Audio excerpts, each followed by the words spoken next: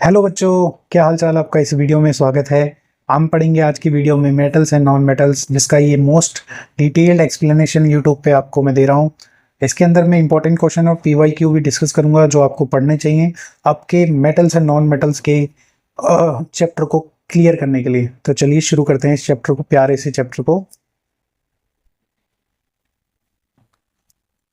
तो बच्चों, सबसे पहले बात करें मेटल्स को, तो अभी तक हमारे पास टोटल जो एलिमेंट्स हैं वो 118 एलिमेंट्स हैं, और उन एलिमेंट्स को दो ग्रुप्स में डिवाइड किया गया है on the basis of their properties. ठीक है, अब मेटल्स क्या होते हैं, नॉन मेटल्स क्या होते हैं, वो अभी हम जानेंगे। उससे पहले हम लोग 2 या 3 डेफिनेशन है उसको जान लेते हैं। जब मैं आगे रिपीट करूंगा उनको तो आपको पता होना चाहिए। मेलिएबिलिटी, आपको पता होना चाहिए मेलिएबिलिटी क्या होता है। जब आप किसी चीज को पीट के हैमर से उसको थिन शीट में कन्वर्ट करते हो तो उसको बोलते हैं मेलिएबल है वो। और डक्टाइल का मतलब जब उसी चीज को आप स्ट्रेच करके वायर में कन्वर्ट करते हो तो वो डक्टाइल होता है। वहीं पे जब आप उस चीज को पीटते हो और वो टूट जाती है पीसेस में, उसी को हम लोग बोलते हैं आपका ब्रिटल। तो ये 3 वर्ड याद रखना। अभी हम लोग इसको पीछे डिस्कस करेंगे तो आपको अच्छा रहेगा, समझने में इजीली पड़ेगा। तो चलिए शुरू करते हैं। तो मेटल को कैसे अलग अलग प्रॉपर्टी पे, अलग अलग चीजें के बेस पे इनको अलग किया गया, मेटल को अलग किया गया, नॉन मेटल को मतलब सेपरेट कैसे किया, क्लासिफिकेशन हुई कैसे, तो जानते हैं। तो मेटल्स जो होते हैं वो एलिमेंट होते हैं जो कंडक्ट करते हैं इलेक्ट्रिसिटी को और हीट को, और ये मलेबल और डक्टाइल होते हैं। तो अभी पीछे हमने मलेबल डक्टाइल का मतलब समझ लिया। मतलब मेटल को हम पीट के वायर्स में और आपके शीट्स में कन्वर्ट कर सकते हैं, और ये गुड कंडक्टर ऑफ इलेक्ट्रिसिटी होते हैं। आपकी बिजली घर में आती है, वो इलेक्ट्रिसिटी किसके वजह से आती है, मेटल्स की वजह से आती है। और हीट के भी अच्छे सुचालक होते हैं। अब मेटल्स जो होते हैं शाइनी होते हैं बच्चों। मतलब आप देखोगे मेटल, कोई भी मेटल देखोगे घर पे आपके बहुत सारे मेटल होंगे, आपके बर्तन वगैरह बहुत शाइनी होते हैं, हार्ड होते हैं, स्ट्रांग होते हैं, हैवी होते हैं और सोनोरस होते हैं। सोनोरस का मतलब क्या होता है, जब आप उसको हिट करोगे तो उसके अंदर से साउंड आती है, सोनोरस होता है वो, इसलिए। उसके एग्जाम्पल्स अगर देखें मेटल्स के तो iron, aluminium, copper, silver, gold, platinum, zinc वगैरह जितने भी ये हैं सब एलिमेंट जो हैं ये, इनको हम मेटल्स बोल रहे हैं। All metals are solid except mercury which is liquid metal. तो मेटल के अंदर एक एक्सेप्शन है जो कि क्या है, मरकरी। मरकरी जो होता है रूम टेम्परेचर पे लिक्विड स्टेट में प्रेजेंट होता है, बाकी सारे जो होते हैं वो सॉलिड में होते हैं प्रेजेंट। तो आपके पास एक क्वेश्चन आए कि कौन सा मेटल जो होता है वो रूम टेम्परेचर पे लिक्विड होता है, तो आप आराम से लिख सकते हैं मरकरी इसका आंसर है। मेटल जो होते हैं उसके मेटल जो होते हैं वो एलिमेंट होते हैं जो कि आपका पॉजिटिव आयंस प्रोड्यूस करते हैं बाय लूजिंग इलेक्ट्रॉन्स। ठीक है, अब ये पॉजिटिव आयंस जिसको हम बोलेंगे, तो ये मेटल्स क्या हुए, इलेक्ट्रो पॉजिटिव हुए। इसके अंदर एक एक्सेप्शन है हाइड्रोजन का। हाइड्रोजन जो है वो लूज भी कर लेता है और गेन भी कर लेता है। तो मेटल एंड नॉन मेटल दोनों के अंदर अगर देखा जाए तो हाइड्रोजन एक ऐसा एलिमेंट है जो कि लूज भी करता है या गेन भी करता है, और इसीलिए ये अभी हम लोग इसको करेक्ट पोजीशन में नहीं डाल रहे। तो यहाँ पे मेटल के अंदर अगर बात की जाए तो metal are the elements which form positive ions by losing electrons और डोनेटिंग इलेक्ट्रॉन्स। तो लूज भी कर सकते हैं, डोनेट कर सकते हैं। एग्जाम्पल के समझिए, यहाँ पे एल्यूमिनियम का एग्जाम्पल लिया मैंने। तो एल्यूमिनियम अपना अगर एक पॉजिटिव आयन दे दे, डोनेट कर दे, तो ये अपना Al3+ बना लेगा। ठीक है, और ये अपनी स्टेबिलिटी पे चला जाएगा। अब बताइए कि ये क्यों कर रहे हैं, मतलब ये अपना इलेक्ट्रॉन क्यों दे रहे हैं। तो why metals are known as electropositive element. Why? Because they form positive ion by losing electron. और यहाँ पे आप देखोगे क्या कि ये सब जो है पॉजिटिव आयन बना रहे हैं लूजिंग इलेक्ट्रॉन। क्यों बना रहे हैं, क्योंकि स्टेबिलिटी चाहिए सबको। तो अगर लूज करेंगे इलेक्ट्रॉन तो स्टेबल हो जाएंगे, ये समझ के। अब मेटल की अगर हम देखें तो metal are abundant in earth crust. अब यहाँ पे अबंडेंट का मतलब क्या होता है बच्चों, abundant refers to earth crust which with relative proportion by weight. मतलब क्या, कितना अर्थ का कितना वेट जो है वो किस एलिमेंट का कितनी प्रोपोर्शन से बना है। जैसे कि अर्थ का जो क्रस्ट है उसके अंदर एल्यूमिनियम जो है वो 8.1% है, और इसीलिए इसको मोस्ट अबंडेंट मेटल भी बोला जाता है। ठीक है, वहीं पे सेकंड मोस्ट अबंडेंट मेटल की बात की जाए तो वो आयरन है जो 4% ऑफ अर्थ क्रस्ट है। अब चलते हैं बच्चों और जानते हैं नॉन मेटल्स के बारे में। अब नॉन मेटल्स क्या होते हैं बच्चों, नॉन मेटल्स जो आपने ऊपर वाली लाइन में पढ़ा था, क्या non metals are elements that do not conduct. यहाँ पे डू नॉट कंडक्ट इलेक्ट्रिसिटी आ जाएगा और हीट आ जाएगा, और नाइदर मेलिएबल होते हैं नॉट डक्टाइल होते हैं। वहीं पे ये ब्रिटल होते हैं, मतलब क्या, अगर आप पीटोगे इनको तो ये क्या करेगा, ये छोटे छोटे पीसेस में कन्वर्ट हो जाएगा। मेटल जो होते हैं नॉन लस्टरस होते हैं और ये डल अपीयरेंस के होते हैं। आपको यहाँ पे ये तीन चार जो मैंने अभी चीज़ें बोली, मतलब क्या, एक तो हीट और इलेक्ट्रिसिटी कंडक्ट नहीं करते, मेलिएबल डक्टाइल नहीं होते, ब्रिटल होते हैं। ये लस्टरस होते हैं, नॉट शाइनी, मतलब डल अपीयरेंस के होते हैं। और ये जनरली सॉफ्ट होते हैं, है ना, सॉफ्ट और strong. They are light with non sonorous मतलब साउंड नहीं आती इतने। एग्जाम्पल के लिए देख सकते हैं carbon, silicon, phosphorus, sulphur, hydrogen, ये सारे जो है नॉन मेटल हैं। और जो कि अगर हम कार्बन का देखें तो कार्बन जो है 2 टाइप के एलोट्रॉप्स बनाता है अपने, जिसमें हम एक देते हैं डायमंड और दूसरा होता है ग्रेफाइट।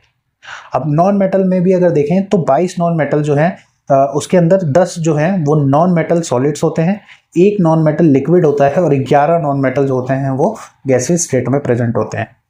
ये जो एक लिक्विड है उसी का नाम है ब्रोमीन, और ब्रोमीन जो है वो ऐसे लिक्विड स्टेट में प्रेजेंट होता है।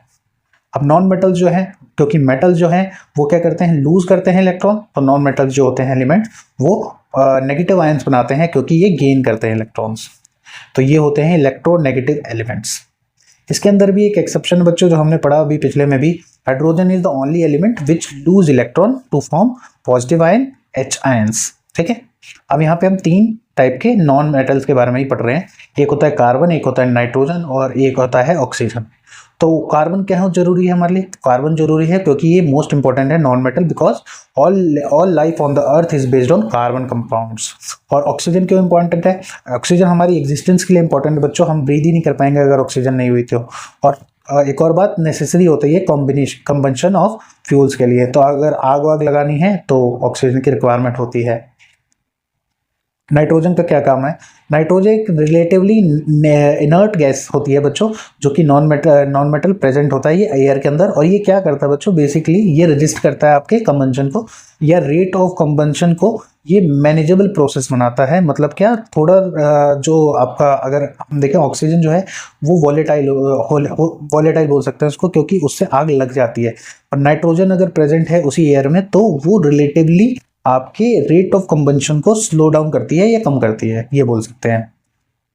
अब चलते हैं बच्चों, अब जानते हैं कि और कुछ होता है कि नॉन मेटल और मेटल के बीच में।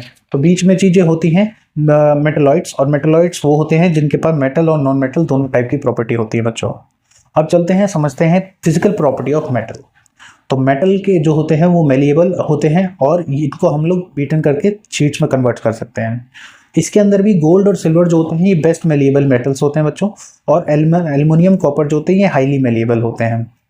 मेटल जो होते हैं वो डक्टाइल होते हैं, और ये मेटल जो होते हैं इनको हम टर्न कर सकते हैं थिन वायर्स के अंदर, जिसके अंदर भी गोल्ड जो होता है वो मोस्ट डक्टाइल मेटल होता है, सिल्वर जो होता है वो बेस्ट डक्टाइल मेटल होता है, कॉपर और एल्युमिनियम जो होता है वो वेरी डक्टाइल होता है, और मैग्नीशियम मेटल जो होता है उसको हम लोग लैब्स में यूज़ करते हैं, और टंगस्टन मेटल को हम लोग अपने इलेक्ट्रिक बल्ब्स के फिलामेंट बनाने में यूज़ करते हैं। मेटल जो होते हैं उनको हम good conductor of heat and electricity भी बोलते हैं। वहीं पे एक पुअर कंडक्टर ऑफ हीट होता है जो कि हम बोलते हैं लेड और मरकरी, और बेस्ट कंडक्टर ऑफ इलेक्ट्रिसिटी होता है सिल्वर।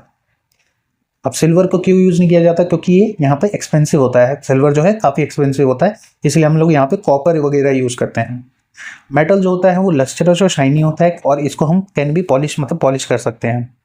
मेटल जो होता है जनरली हार्ड होता है, मोस्ट मेटल जैसे कि Fe, Cu, Al ये सारे हार्ड होते हैं। कुछ सॉफ्ट भी होते हैं जो एक्सेप्शन है, जैसे कि सोडियम और पोटेशियम, जिनको हम लोग नाइफ से कट भी कर सकते हैं। मेटल जो होते हैं वो जनरली स्ट्रांग होते हैं, होल्ड करते हैं लार्ज वेट, जैसे कि सोडियम और पोटेशियम जो होता है ये स्ट्रांग नहीं होते, ये एक्सेप्शन है। अभी मैंने बोला ये सॉफ्ट होते हैं, ये इसको हम लोग नाइफ से काट सकते हैं। वहीं पे जो Fe मतलब आयरन जो होता है वो यूज़ होता है कंस्ट्रक्शन ऑफ ब्रिज में, तो मतलब कितना स्ट्रांग होता है सोचिए। मेटल जो होता है वो सॉलिड होता है एट रूम टेम्परेचर, जैसे कि आयरन, कॉपर, सिल्वर, गोल्ड, और उसी के अंदर एक एक्सेप्शन है जैसे मरकरी जो कि लिक्विड होता है रूम टेम्परेचर पे। मेटल जो होता है वो high melting and boiling point होता है मेटल के पास, जैसे कि आयरन के पास 1535 डिग्री सेल्सियस होता है, और तब ये जाके लिक्विड में कन्वर्ट होता है, जैसे कि कॉपर जिसके पास 1083 डिग्री सेल्सियस होता है। इतना ज़्यादा इनका मेल्टिंग पॉइंट है, इस वाले पॉइंट पे ये जाके मेल्ट होते हैं और लिक्विड में कन्वर्ट होते हैं। वहीं पे अगर देखा जाए तो सोडियम और पोटेशियम जो होता है इनका लो मेल्टिंग पॉइंट होता है, जो कि 98 डिग्री सेल्सियस या 64 डिग्री सेल्सियस पे हम देखें तो ये लोग मेल्ट हो जाते हैं। गैलियम सीजियम का और इनसे कम होता है 30 डिग्री और 28 डिग्री। मेटल जो होते हैं वो सोनोरस होते हैं, मतलब मेक साउंड आफ्टर हीटिंग। आगे बात करें, मेटल जो होता है वो यूजुअली सिल्वर और ग्रे कलर के होते हैं, यहीं पे कॉपर जो होता है वो रेडिश ब्राउन कलर का होता है और गोल्ड जो होता है वो येलो कलर का होता है। अब जानते हैं हम physical properties of non metals. अब physical property of non metal जानने के लिए क्या करना है, नॉन मेटल जो होते हैं नाइदर मेलिएबल डक्टाइल होते हैं, ये ब्रिटल होते हैं। कार्बन जो होता है अकेला सॉलिड नॉन मेटल होता है विच इज ब्रिटल, ठीक है, तो कार्बन ही है जो ब्रिटल हो पाता है। नॉन मेटल जो होता है वो कंडक्ट नहीं करता इलेक्ट्रिसिटी को, इसीलिए इसके अंदर जो होते हैं इलेक्ट्रॉन जो होते हैं वो टाइटली या स्ट्रांगली बाउंड होते हैं आइटम के न्यूक्लियाई से। इसके अंदर एक एक्सेप्शन है कार्बन, जिसका एक फॉर्म होता है ग्रेफाइट, जो कि गुड कंडक्टर ऑफ इलेक्ट्रिसिटी है, और इसके अंदर ये इलेक्ट्रोड बनाने के लिए भी यूज होता है। मेटल जो होते हैं वो जनरली लचरस नॉन लचरस होते हैं और ये डल होते हैं, बट इसी के अंदर एक एक्सेप्शन है कि आयोडीन जो कि नॉन मेटल होता है और ये लचरस अपीयरेंस की होती है। वहीं पे नॉन मेटल जो होता है वो जनरली सॉफ्ट होते हैं। वहीं पे एक एक्सेप्शन है डायमंड, जो कि एक एलोट्रॉप है कार्बन का, वो भी हार्ड होता है नेचुरल सब्सटेंस के अंदर देखा जाए तो। नॉन मेटल के अंदर देखा जाए तो ये लिक्विड, सॉलिड और गैस में होते हैं रूम टेम्परेचर पे। वहीं पे सल्फर और फॉस्फोरस जो होते हैं सॉलिड होते हैं, ब्रोमीन जो होता है वो लिक्विड होता है, पहले भी बताया था, और हाइड्रोजन, ऑक्सीजन, नाइट्रोजन, क्लोरीन ये होता है गैसियस नॉन मेटल होते हैं। नॉन मेटल जिनके पास low melting and boiling point होता है बच्चों, उसमें एक सल्फर और डायमंड होता है। सल्फर के पास 115 degree acute low melting point होता है और डायमंड के पास मोर देन 3500 डिग्री सेल्सियस होता है, जो कि बहुत ज़्यादा हाई होता है। नॉन मेटल जो होता है वो नॉन सोनोरस होता है और ये साउंड प्रोड्यूस नहीं करता जब आप इसको हिट करते हो।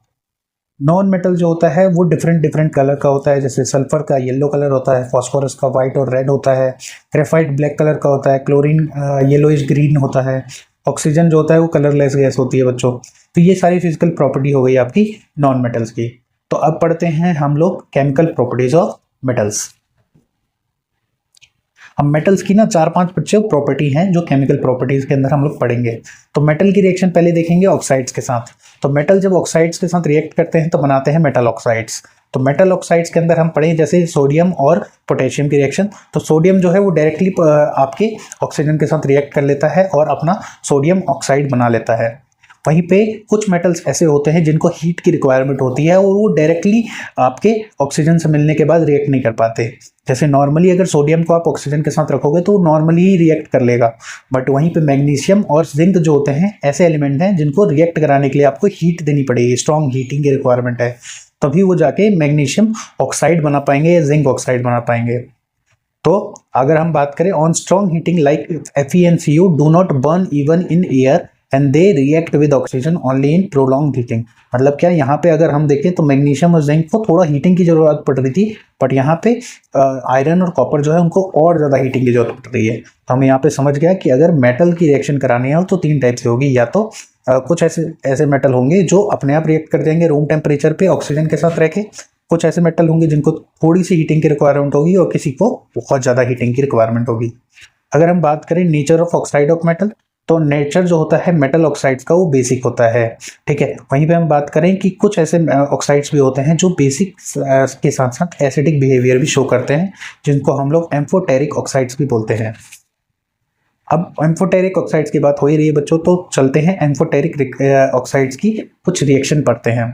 तो एम्फोटेरिक ऑक्साइड जो होते हैं जैसे कि एल्युमिनियम ऑक्साइड प्लस HCl, जैसे कि उन दोनों को हम डालें, जैसे कि ये एसिड है और ये ऑक्साइड है, उनकी रिएक्शन कराएंगे तो ये बनेगा आपका AlCl3 प्लस H2O। हमने एसिड बेस एंड सॉल्ट वाले चैप्टर में क्या पढ़ा था, एम्फोटेरिक ऑक्साइड्स। एम्फोटेरिक ऑक्साइड जब, क्योंकि आपके ऑक्साइड की रिएक्शन जब हम हाइड्रोजन के साथ मतलब एसिड के साथ कराएंगे तो सॉल्ट और वाटर निकलेगा। ऐसे ही हम जब ऑक्साइड की रिएक्शन जब हम बेस के साथ करा रहे हैं तब भी सॉल्ट और वाटर निकल रहा है। तो मतलब क्या, ये ऐसा ऑक्साइड है जो एसिड के साथ रिएक्ट करे या बेस के साथ रिएक्ट करे, हमेशा सॉल्ट और वाटर ही निकालेगा। तो ये क्या है, एम्फोटेरिक है। मेटल्स जो कि मेटल ऑक्साइड जो कि इनसॉल्युबल होते हैं वाटर के अंदर, वो जो डिजोल्व नहीं होते वाटर के अंदर, वो क्या है, dissolve in water to form alkali.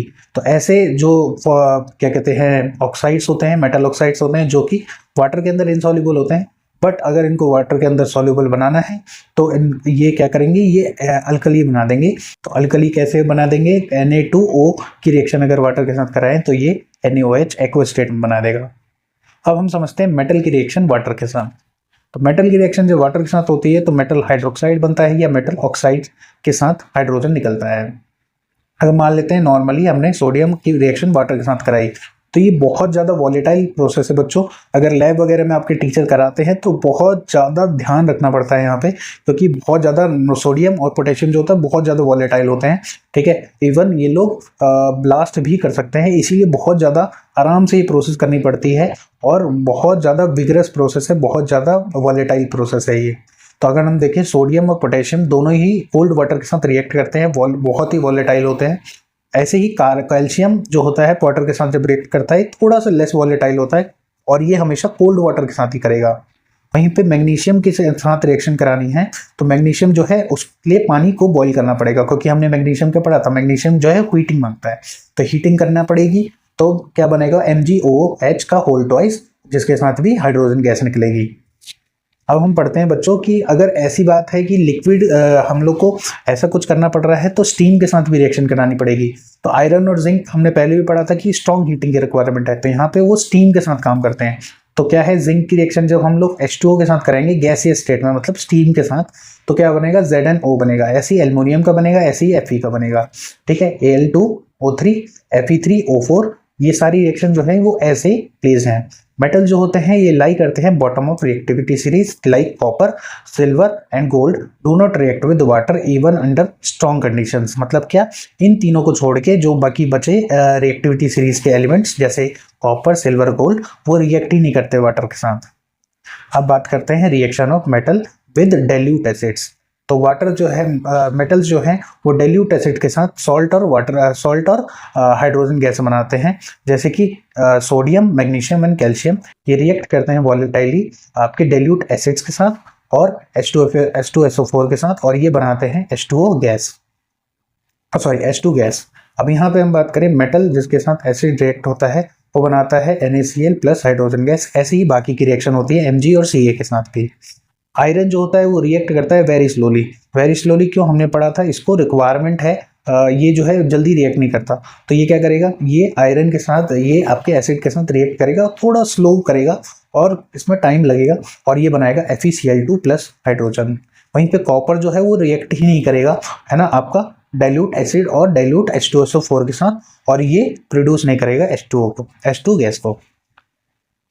अब हम बात करते हैं कि हाइड्रोजन गैस ये नहीं इन्वॉल्व होगी कब, जब मेटल जो होगा रिएक्ट करेगा HNO3 के साथ। अब ये HNO3 का कॉन्सेप्ट क्या है बच्चों, HNO3 जो है ये बहुत ज़्यादा स्ट्रॉन्ग ऑक्सीडाइजिंग एजेंट होता है और ये ऑक्साइड कर देता है, ऑक्सीडाइज कर देता है आपके हाइड्रोजन को, ठीक है, कहाँ से, H2O से, ठीक है, और ये खुद रिड्यूस हो जाता है और ये बना लेता है नाइट्रोजन गैस या नाइट्रोजन ऑक्साइड्स, ठीक है। बट मैग्नीशियम और मैग्नीज के केस में क्या होता है, ये रिएक्ट करता है HNO3, वेरी डाइल्यूट HNO3 जो होता है वो क्या करता है, H2 गैस बनाता है। जैसे एक्वा के अंदर अगर हम पढ़े, एक्वा क्या होता है, ये फ्रेशली प्रिपेयर्ड मिक्सचर होता है जिसके अंदर 1 पार्ट कंसनट्रेटेड नाइट्रिक एसिड का होता है और 3 पार्ट जो होते हैं कंसनट्रेटेड HCl के होते हैं। अगर हम लोग इनका रेशियो देखें तो 1:3 का रेशियो रहता है इनके अंदर, और ये हाईली कोरोसिव फ्यूमिंग लिक्विड होते हैं, और इसके अंदर क्या है, ये it can dissolve gold and platinum, ठीक है, तो इसके अंदर डिसॉल्व कर सकते हैं हम गोल्ड और प्लेटिनम को। अब चलिए पढ़ते हैं आगे इसके बारे में, और पढ़ते हैं हम लोग इसकी चौथी रिएक्शन के बारे में, मेटल्स की।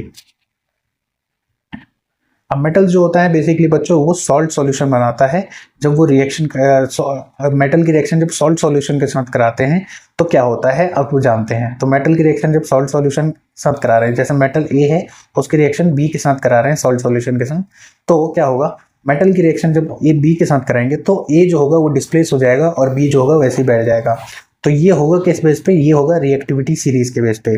अब रिएक्टिविटी सीरीज में अगर हम बात करें तो सोडियम, पोटेशियम ये मोस्ट रिएक्टिव एलिमेंट्स होते हैं, जैसे उसी के नीचे कैल्शियम, मैग्नीशियम, एल्युमिनियम आता है, और जब नीचे आते जाते हैं तो ये रिएक्टिविटी सीरीज डिक्रीजिंग ऑर्डर में चली जाती है। और कॉपर के बाद ये सारी रिएक्टिविटी सीरीज जो है, ये कॉपर हो गया आपका, एल्युमिनियम हो, आपका कॉपर हो गया, सिल्वर हो गया, प्लेटिनम हो गया, गोल्ड हो गया, तो ये जितने भी चीज़ हैं ये लीस्ट रिएक्टिव एलिमेंट्स होते हैं। बीच में जो होते हैं वो मॉडरेटली रिएक्टिव एलिमेंट्स होते हैं बच्चों। अब पढ़ते हैं हम लोग नॉन मेटल के केमिकल प्रॉपर्टीज के बारे में। तो केमिकल प्रॉपर्टी अगर नॉन मेटल की हम लोग पढ़ रहे हैं तो हम जानते हैं कि नॉन मेटल जो होते हैं इलेक्ट्रोनेगेटिव एलिमेंट्स होते हैं, because they can form negative ions bye gaining electrons. अगर हम बात करें रिएक्शन कराएं इनकी ऑक्सीजन के साथ, तो नॉन मेटल की ऑक्सीजन के साथ रिएक्शन कराते हैं तो बनता है नॉन मेटेलिक ऑक्साइड, जिसके अंदर जो कि एसिडिक या न्यूट्रल हो सकता है। अगर कार्बन की रिएक्शन हम ऑक्सीजन के साथ कराते हैं तो बनता है 2CO, ठीक है, जो कि एक न्यूट्रल होता है। और वहीं पे जब कार्बन की रिएक्शन जब ऑक्सीजन के साथ दोबारा कराते हैं तो बनता है CO2, जो कि एसिडिक होता है नेचर। अगर हम बात करें नॉन मेटल और मेटल की रिएक्शन जो वाटर के साथ, नॉन मेटल की रिएक्शन जब वाटर के साथ कराते हैं तो नॉन मेटल कोई रिएक्शन ही नहीं करता। वहीं पे डाइल्यूट एसिड के साथ भी कोई रिएक्शन नहीं करता। वहीं पे जब नॉन मेटल की रिएक्शन हम लोग सॉल्ट सॉल्यूशन के साथ कराते हैं तो ये सेम वही नॉन मेटल जो होता है वो डिस्प्लेस कर देता है लेस रिएक्टिव नॉन मेटल को। जैसे कि एग्जांपल के लिए समझें, NaBr की रिएक्शन जब हम Cl2 के साथ कराते हैं तो Cl2 के अंदर क्या है, Cl जो वो Br से ज़्यादा आपका रिएक्टिव है, इसीलिए Cl जो होगा Br को रिप्लेस कर देगा और NaCl बना लेगा और Br2 अपना एक्वस स्टेट में निकल जाएगा। इसके अंदर हम एक चीज़ और पढ़ सकते हैं बच्चों कि फ्लोरीन, क्लोरीन, ब्रोमीन और आयोडीन, सबसे ज़्यादा रिएक्टिव जो होता है फ्लोरीन होता है, उसके बाद क्लोरीन, उसके बाद ब्रोमीन, उसके बाद आयोडीन। तो हमेशा याद रखिएगा ये रिएक्टिविटी सीरीज रहती है, क्लोरीन सबसे ज़्यादा रिएक्टिव होता है, उसके बाद क्लोरीन। अब मानिए कि फ्लोरीन और क्लोरीन है एक ही रिएक्शन में, तो रिएक्शन में क्लोरीन जो होगा वो डिस्प्लेस हो जाएगा और फ्लोरीन जो होगा वो रिएक्शन करा देगा। अब जानते हैं बच्चों हम लोग कि ये जो नॉन मेटल और मेटल है ये रिएक्ट ही करते कैसे हैं। तो मेटल जो होते हैं वो लूज करते हैं इलेक्ट्रॉन, नॉन मेटल गेन करते हैं इलेक्ट्रॉन, तो ये बनाते हैं आयनिक कंपाउंड्स। अब ये आयनिक कंपाउंड की प्रॉपर्टीज क्या होती हैं, तो फिजिकल प्रॉपर्टीज अगर देखी जाए, फिजिकल नेचर देखा जाए तो ये सॉलिड इन नेचर होते हैं और ये हार्डर होते हैं due to strong electrostatic force of attraction between them, क्योंकि इसके अंदर आयंस प्रेजेंट हैं। इसके अंदर कंडक्शन ऑफ इलेक्ट्रिसिटी मतलब क्या कि conduction of electricity in any substance is due to movement of charges, ठीक है, और मूवमेंट ऑफ चार्जेस हो रहे हैं, ठीक है। अब मानिए कि ये सारी चीजें जो हो रही हैं ये कब होगी, जब कंडक्शन जो है वो मोल्टन स्टेट में होगा, क्योंकि अगर ये खाली ऐसे पैक्ड रहेगा, सॉलिड रहेगा, तो ये नहीं होगी प्रोसेस, ठीक है, उसको मोल्टन स्टेट में, लिक्विड स्टेट में होना पड़ेगा तभी हो पाएगी। अब मेल्टन बॉइलिंग पॉइंट की बात करें तो इसके अंदर स्ट्रॉन्ग इंटर आयोनिक अट्रैक्शन होते हैं, ठीक है, और जिसकी वजह से आयंस जो होते हैं वो पॉजिटिव आयंस जो होते हैं वो पॉजिटिव चार्जेस होते हैं, तो ये क्या करते हैं, ये ब्रेक कर पाते हैं आयनिक कंपाउंड्स को, जिसकी वजह से मोर एनर्जी की रिक्वायरमेंट होती है और जिसकी वजह से हम देखें तो इनका high melting and boiling point होता है। सॉल्युबिलिटी की बात की जाए तो इलेक्ट्रोवेलेंट कंपाउंड जो होते हैं वो जनरली सॉल्यूबल होते हैं वाटर के अंदर। अब चल दिए बच्चों, अब जानते हैं हम लोग कि आपके अकरेंस कैसे होती है मेटल की। तो मेटल जो होता है वो अर्थ क्रस्ट के अंदर आपका बनता है, ठीक है, अर्थ क्रस्ट जो होता है वो मेजर सोर्स है आपके मेटल का, ठीक है। अब सारे जो जितने भी आप मेटल सुनते हो वो सब के सब अर्थ क्रस्ट के अंदर ही मेजर सोर्स में बनते हैं। और सी वाटर जो है उसके अंदर भी बहुत सारे सॉल्युबल सॉल्ट्स जो होते हैं, जैसे NaCl और MgCl2 जो कि प्रेजेंट होते हैं। अब यहीं पे हम बात करें मिनरल्स की और ओर की और गैंग की, तो यहाँ पे ये 3 नंबर का बहुत अच्छा क्वेश्चन बनता है बच्चों। मिनरल क्या होते हैं, मिनरल होते हैं एलिमेंट्स और कंपाउंड्स जो कि नेचुरली अकरिंग होते हैं आपके अर्थ क्रस्ट में। वहीं पे और क्या होता है, ये मिनरल और mineral that contain very high percent of particular metal and the metal can be profitable extracted from its ore. मतलब क्या कि हाई परसेंट एज वाले जो पर्टिकुलर मेटल होते हैं उनको हम लोग प्रॉफिटेबली एक्सट्रैक्ट कर पाते हैं, तो उसी को हम लोग ओर बोलते हैं। तो जिस मिनरल से हम लोग high percent of particular metal निकाल पाते हैं प्रॉफिटेबली, तो उसी को हम लोग ओर बोलते हैं। और वो ओर जो कि इम्प्योर है कंपाउंड, उसको हम लोग अगर हम देखें उसके अंदर लार्ज अमाउंट ऑफ इम्प्योरिटीज़ हैं और वो अनवांटेड इम्प्योरिटीज़ हैं, लाइकली सैंड हो गया या रॉकी मटेरियल हो गया या सॉइल हो गया या एनिमल हो गया। इसके अंदर अगर ये सब प्रेजेंट है, जिस ओर के अंदर ये सब प्रेजेंट है, इम्प्योरिटीज़ प्रेजेंट है, उन्हीं को हम लोग गैंग बोलते हैं। अब बात करें मेटल की, तो मेटल जो होता है अर्थ क्रस्ट के अंदर दो स्टेट में पाया जाता है, एक होता है नेटिव स्टेज या फिर फ्री स्टेट। तो यहाँ पे हम देखें तो मेटल जो है वो दो स्टेट में पाया जाता है, एक होता है नेटिव या फ्री स्टेट और दूसरा होता है कंबाइंड स्टेट। तो नेटिव स्टेट जो होता है उसके अंदर लीस्ट रिएक्टिव मेटल्स जो होते हैं वो पाए जाते हैं, जो कि बॉटम ऑफ रिएक्टिविटी सीरीज के अंदर मिलते हैं, जैसे कि सिल्वर, गोल्ड और प्लेटिनम। वहीं पे कुछ कंबाइंड स्टेट्स होते हैं जैसे कि मेटल जो कि टॉप रिएक्टिव सीरीज में प्रेजेंट होते हैं, जैसे potassium, sodium, calcium, magnesium, aluminium, ये सारे रिएक्टिव होते हैं और ये फाइंड होते हैं आपके कंबाइंड स्टेट में।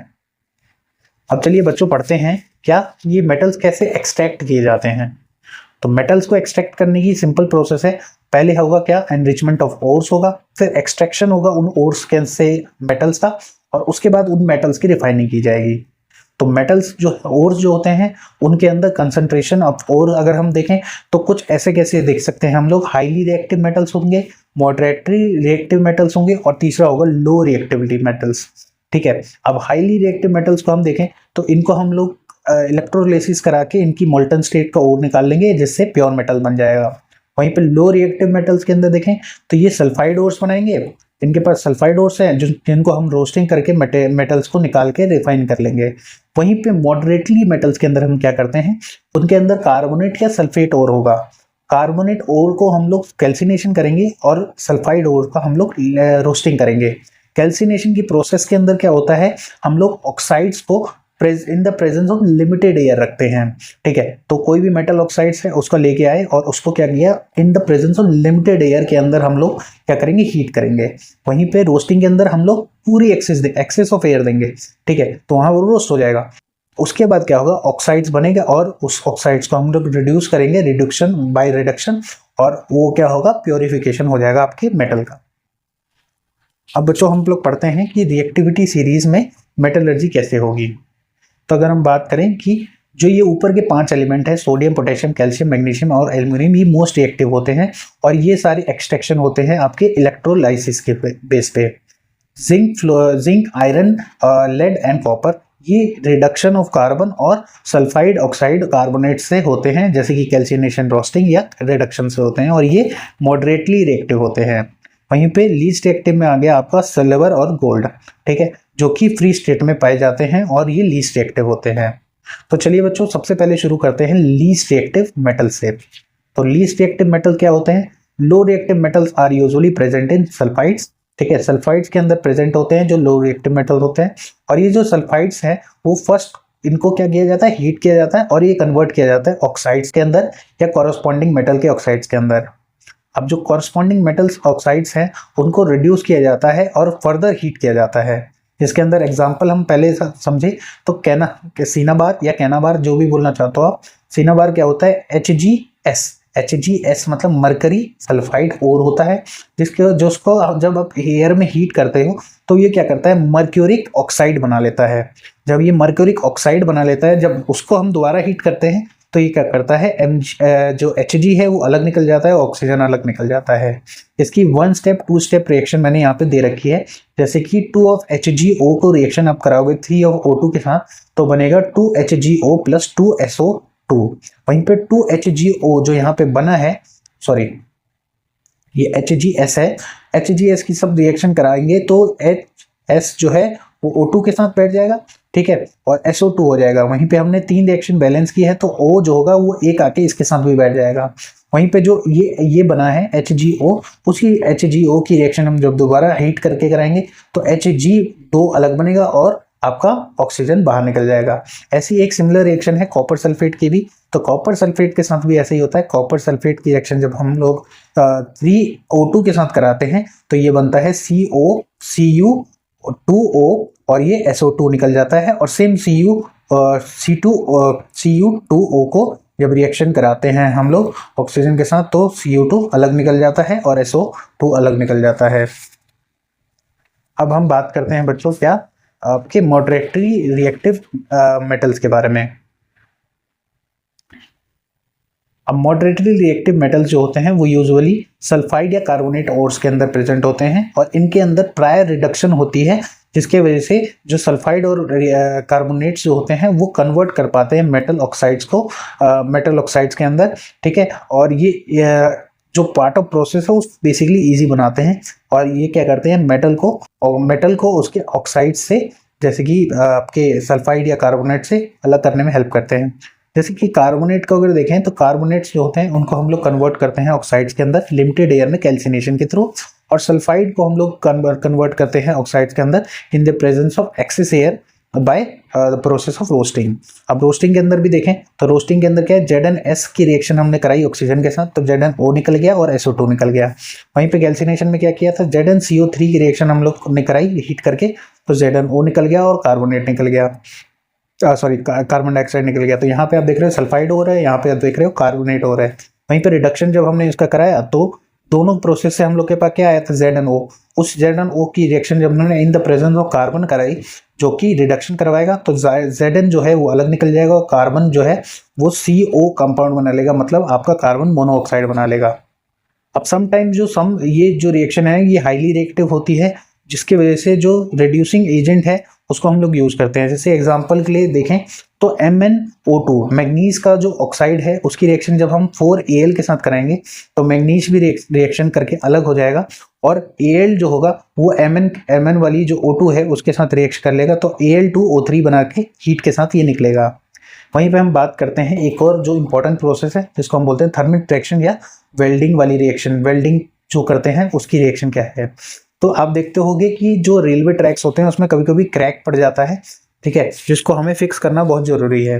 तो उसको फिक्स करने के लिए लोग क्या करते हैं, जो वहाँ पे वर्कर्स होते हैं वो क्या करते हैं, जब आपके आयरन ऑक्साइड की रिएक्शन जब एल्युमिनियम के साथ कराते हैं, एल्युमिनियम जो होता है वो आयरन को डिस्प्लेस कर देता है। तो आयरन को डिस्प्लेस कर देता है, बेसिकली रिड्यूस कर देता है, और रिड्यूस करके क्या करेगा, ये आपका रिड्यूसिंग एजेंट की तरह वर्क करेगा। और रिड्यूसिंग एजेंट की जब वर्क करेगा तो हम देखेंगे क्या, ये जो आयरन है वो भी नॉर्मल आयरन नहीं, ये थर्ड स्टेट का आयरन है। तो आयरन थर्ड स्टेट ऑक्साइड जो होगा Fe2O3 है ना, O3 है, क्योंकि ये Fe जो है वो तीसरा वाला वैलेंसी, तीन वैलेंसी वाला यूज कर रहा है अपना अभी फिलहाल, ठीक है। तो अगर देखें Fe2O3 होगा, O3 होगा तो उसकी रिएक्शन हम Al के साथ कराएंगे तो क्या बनेगा, Al2O3, ठीक है, और हीट बहुत सारी निकलेगी।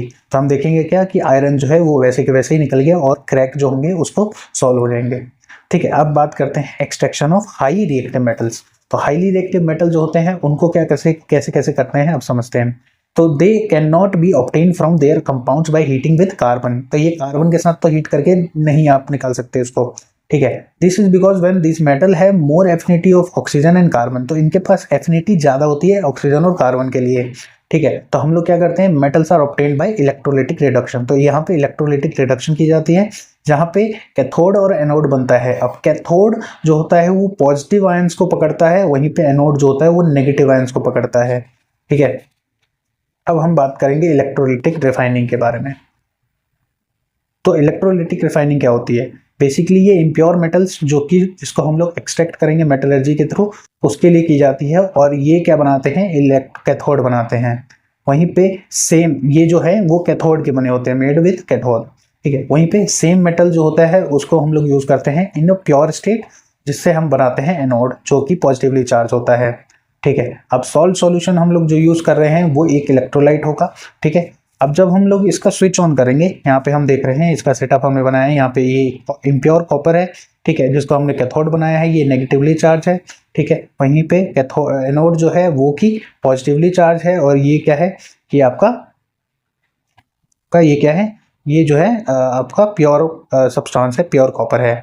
तो हमने जब ये रिएक्शन कराई और ये अंदर इलेक्ट्रोलाइट्स रखे हुए थे, इलेक्ट्रोलाइट की प्रेजेंस में कराई, तो जैसे ही स्विच ऑन होगा तो यहाँ का जितने भी इलेक्ट्रॉन होंगे वो ट्रेवल करेंगे और यहाँ पे आएंगे, ठीक है। अब यहाँ पे आएंगे, इस बॉडी को ये चार्ज करेंगे, तो यहाँ से धीरे धीरे कॉपर निकल के इसके ऊपर इकट्ठा हो जाएंगे, और धीरे धीरे क्या होगा, यहाँ पे कॉपर जो होगा नीचे सेट होने लगेगा।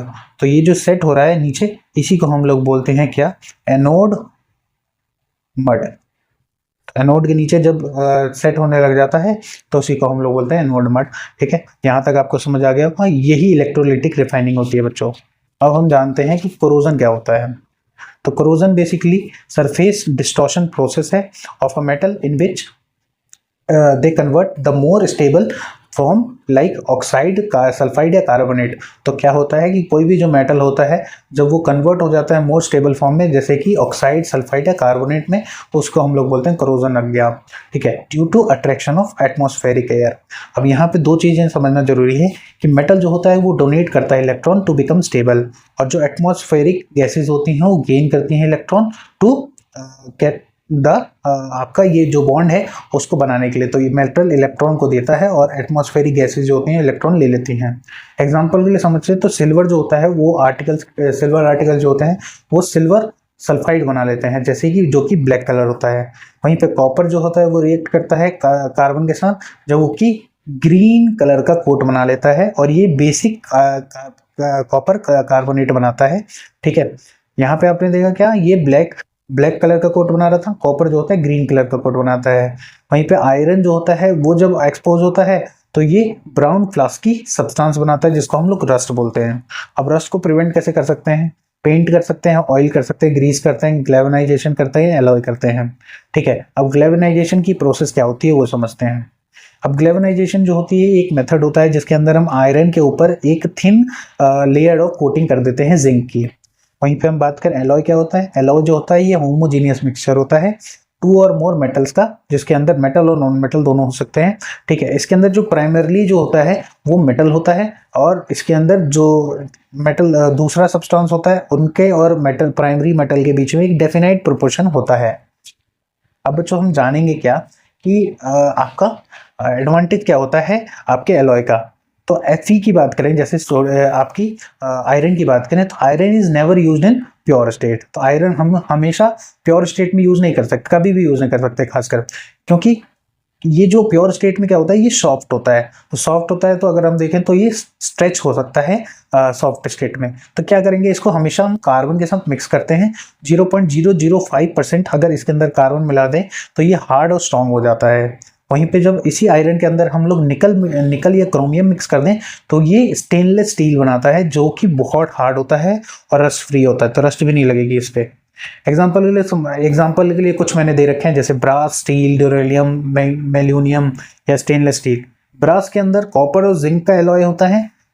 तो स्टील के अंदर जो मेटल और नॉन मेटल दोनों ही होते हैं, जैसे कि आयरन और कॉपर, कार्बन। ड्यूलेनियम के अंदर क्या होता है, एल्युमिनियम। ड्यूलेनियम का मतलब समझ आना, एल्युमिनियम। तो एल्युमिनियम का एलॉय होता है जिसके अंदर आपका कॉपर, मैग्नीशियम और मैग्नीज होता है, जिसको हम लोग कुकर और प्रेशर कुकर बनाने वगैरह के लिए हेल्प लेते हैं। मेलेनियम जो होता है वो एक एलॉय होता है एल्युमिनियम का, जिसके अंदर मैग्नीशियम होता है और ये लाइट और हार्ड होता है। वहीं पे स्टेनलेस स्टील जो होता है वो क्रोमियम और निकल का बना होता है आयरन के अंदर। ये हमने पहले भी पढ़ लिया बच्चों। अब हम जानते हैं बच्चों क्या कि गोल्ड जो होता है उसके बारे में। तो प्योर गोल्ड जो होता है वो 24 कैरेट गोल्ड होता है, और यहाँ पे ये जो सॉफ्ट होता है ये बहुत सॉफ्ट होता है, इसीलिए इसको हम ज्वेलरी बनाने के लिए यूज नहीं कर सकते। इसीलिए हम लोग इसको एलॉय मिक्स करते हैं इसके अंदर, जो कि आपका एलॉय कौन सा होगा, Ag और Cu। मतलब क्या कि आपका कॉपर मिला सकते हैं या फिर सिल्वर मिला सकते हैं, क्योंकि इसको हार्ड बनाना है। तो इसके अंदर इंडिया में क्या यूज किया जाता है, 22 कैरेट का गोल्ड यूज किया जाता है, जिससे हम ऑर्नामेंट्स बनाते हैं, जिसके अंदर 22 कैरेट के 22 पार्ट जो होते हैं वो प्योर गोल्ड के होते हैं, और 2 पार्ट जो होते हैं ये सिल्वर या कॉपर के होते हैं। ठीक है बच्चों, अब ये हमने चैप्टर पूरा पढ़ लिया है, ध्यान से पढ़ लिया। आप इस वीडियो को आराम से देखेंगे तो आपको बिल्कुल समझ आ जाएगी। ठीक है, अब हम समझते हैं कि मोस्ट इंपॉर्टेंट चैप्टर के टॉपिक या क्वेश्चन क्या है। तो बच्चों, why potassium and sodium metals are stored under kerosene oil. क्योंकि यहाँ पे जो सोडियम और पोटेशियम होते हैं ये मोस्ट रिएक्टिव होते हैं, तो अगर इसको ऑयल के अंदर नहीं रखेंगे, बाहर रखेंगे, तो ये डायरेक्टली ऑक्साइड के साथ कन्वर्ट कर लेगा, और अगर इसको मॉइस्चर मिल गया तो ये वॉलेटाइल या विगरस प्रोसेस भी हो सकता है। ठीक है, तो यहाँ पे ये हो गया। दूसरा, मेटल जो है डिस्प्लेस कर देता है हाइड्रोजन को, है ना, फ्रॉम ए डाइल्यूट से रिएक्शन। ये वाला क्वेश्चन भी इंपॉर्टेंट है बच्चों। Why some metals are more reactive and other are less reactive, क्योंकि रिएक्टिविटी सीरीज है उसके लिए। Why some metal are more reactive than hydrogen, why metals are less reactive than hydrogen. ये सारे क्वेश्चन भी आपको करने हैं बच्चों, और उसके साथ में कुछ PYQ बता रहा हूँ, इन PYQs को भी कर लेना बच्चों। ये सारे PYQ मोस्ट इंपॉर्टेंट क्वेश्चंस हैं, जैसे कि name the metals which cut from knife, ये हमने अभी पढ़ा था। लस्टरस नॉन मेटल क्या होता है, लस्टरस नॉन मेटल अगर हमने नहीं पढ़ाया अभी तक तो मैं आपको बता देता हूँ, iodine is lustrous non metal, जो कि हमने नॉन मेटल में पढ़ा हुआ है। ठीक है, metal just exist in liquid state at room temperature, metal जो लिक्विड होता है रूम टेम्परेचर पे, mercury. Malleable ductile, most metal कौन से होते हैं, मोस्ट मेलिएबल मोल्ड डक्टाइल बताना है। नॉन मेटल जो है वो एग्जिस्ट इन डिफरेंट फॉर्म, कौन कौन सी फॉर्म में प्रेजेंट होते हैं, ठीक है। How are the alloy better than metal, alloy कैसे बेटर होता है मेटल से, इसकी कंपोजिशन बतानी है, सोल्डर की और मंगल की, ठीक है। अब देखते हैं यहाँ पे draw electronic dot structure of आपका CaO and why the CaO does not conduct electricity, ये भी आपका मोस्ट इंपॉर्टेंट क्वेश्चन है। एलोट्रोपिस क्या होते हैं और एक्वारिजिया क्या होते हैं वो बताना है। रिडक्शन बतानी है आपको एक मेटल की जिससे हमें विग्रसली रिएक्शन मिलेगी एयर और वाटर की, बोथ की, ठीक है। और कार्बन जो होता है वो क्यों रिड्यूसिंग एजेंट होता है और ये ऑब्टेन करता है एल्युमिनियम को from its oxides, why. Difference बताना है रोस्टिंग और कैल्सिनेशन के बारे में विद अ सुचेबल एग्जांपल। तो ये बच्चों हमने चैप्टर कर लिया समाप्त, और आप आराम से बैठ के इस चैप्टर को जब पढ़ोगे तो ये सारे क्वेश्चन जरूर लगा लेना। जब ये सारे क्वेश्चन आप कर लोगे तो आपको सारी चीज़ें सही से समझ आने लगेंगी, और मैं आशा करता हूँ कि आपको ये वीडियो समझ आई होगी। अगर आपको अच्छी लगी ये वीडियो तो आप लाइक कर सकते हैं। कमेंट में अगर आपको कोई भी डाउट है तो आप मुझसे पूछ सकते हैं, मैं पर्सनली अपना नंबर भी शेयर कर दूंगा जिस पे आप डाउट्स भेज सकते हैं, मैं उस पर भी डाउट बता दूंगा। ये पर्टिकुलर इस वीडियो के नीचे आप लिख सकते हैं इस पर्टिकुलर पार्ट को आप दोबारा समझा दो, तो मैं दोबारा इस वीडियो को लाऊंगा, बहुत ज़्यादा डिटेल में भी ले आऊँगा, कोई दिक्कत नहीं है मुझे। बट आप ये कमेंट लिखिए, अगर आप लिखते हैं और मुझे अच्छा लगेगा तो फिर मैं नेक्स्ट वीडियो ज़रूर बनाऊँगा उसके ऊपर। फ़िलहाल के लिए आप चैनल सब्सक्राइब कर लीजिएगा, नेक्स्ट वीडियोज़ इसी पे आएंगी। कुछ हिंदी वीडियोस भी आ रही हैं, तो अगर आपका कोई दोस्त है जो हिंदी में पढ़ना चाहता है मुझसे तो मैं हिंदी में भी पढ़ाने के लिए रेडी हूँ, और हिंदी में भी कंटेंट आ ही रहा है। अभी हम लोग मेटल्स एंड नॉन मेटल्स का भी एक चैप्टर लेके आ रहे हैं जो कल आएगा हमारे इसी चैनल पे, तो सब्सक्राइब कर लीजिएगा। Thank you, have a nice day.